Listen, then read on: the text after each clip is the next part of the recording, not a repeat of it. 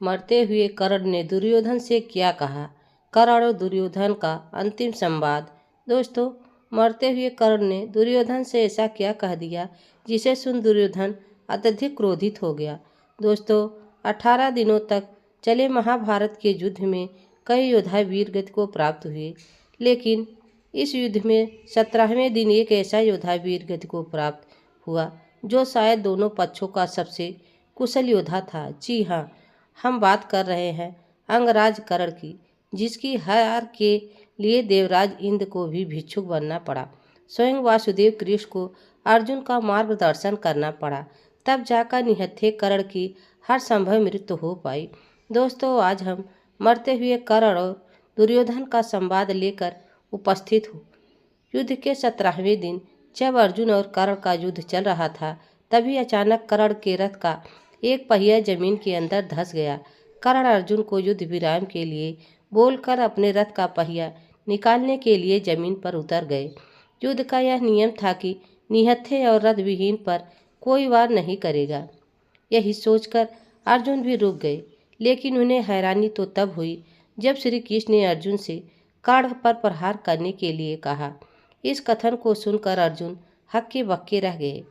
अर्जुन ने वासुदेव से कहा, माधव, मैं वार संधान कैसे कर सकता हूँ?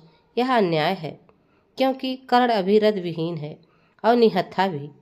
तब श्री कृष्ण ने कहा, हे अर्जुन, जब कौरवों ने निहत्थे अभिमन्यु को मारा था तो कहाँ था इनका न्याय? कहाँ थे अंगराज कर्ण? जब 16 वर्षीय एक निहत्थे एक बालक के साथ 5-5 महारथी लड़ रहे थे। यह कथन सुनकर अर्जुन को अत्यंत क्रोधित हुए। यह कथन सुनकर अर्जुन को अत्यंत क्रोध आया और अर्जुन ने बाण से प्रहार किया और अंगराज कर्ण जब युद्धभूमि पर गिर पड़े, तब एक एक कर सब लोग घायल कर्ण के पास आए और माता कुंती ने सभी पांडवों को बताया कि कर्ण ही सबके ज्येष्ठ भ्राता है। यह सुनकर सब पांडव हक्के बक्के रह गए। सबकी आंखें आंसुओं से भर आए। अर्जुन ने कर्ण से कहा, हे ज्येष्ठ, मैं सच जानता था, परंतु आप जो जानते थे वे आपने मुझसे इस पाप को करने से क्यों नहीं रोका? भीम ने कहा, ज्येष्ठ, आपने मुझे तब क्यों नहीं बताया जब मैं आपको चिढ़ाता रहा? सभी लोग कर्ण को घेरे हुए खड़े थे। तभी दुर्योधन ने गर्जना भरी आवाज में कहा, तुमने मेरे साथ छल किया है। तुमने मुझे वचन दिया था कि आज कुंती का एक पुत्र मारा जाएगा। दुर्योधन ने कहा, मित्र, ऐसा मत कहो और मुझे छोड़कर मत जाओ, नहीं तो यह दुर्योधन अकेला पड़ जाएगा, क्योंकि मुझे तुम पर भरोसा है।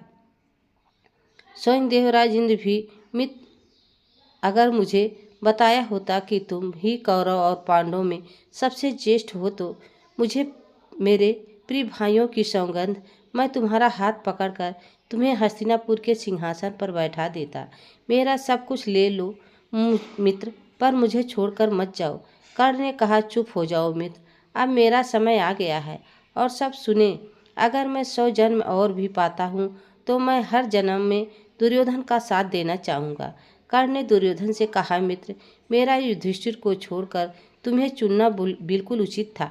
अगर तुम मामा शकुनी के बहकावे में ना आए होते तो तुम आज भी हस्तिनापुर के राजा होते, परंतु तुमने अहंकार में आकर पांडवों को 5 गांव वाले प्रस्ताव को भी ठुकरा दिया और उसका परिणाम क्या हुआ? हस्तिनापुर के लगभग सारे महारथी मृत्यु को प्राप्त हो चुके हैं।